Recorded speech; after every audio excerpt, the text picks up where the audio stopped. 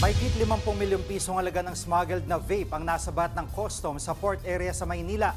Ang kontrabando diniklara mga plasticware. Nagbabalik si Gary De Leon. Ininspeksyon ng Bureau of Customs ang dalawang container van na yan sa port area sa Maynila. Ang mga kargamento, idiniklarang naglalaman daw ng plasticware.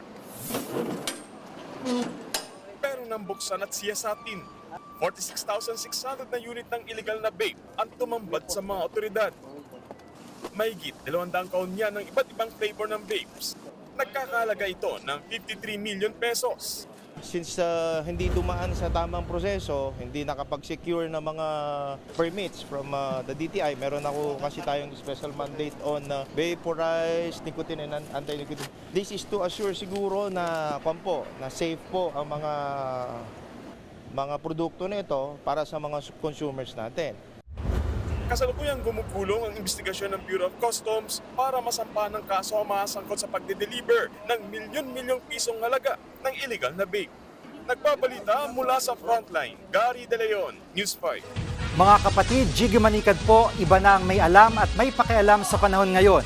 Para sa konkreto, kumpleto at komprehensibong balitaan sa Frontline, mag-follow at mag-subscribe sa social media pages ng News 5.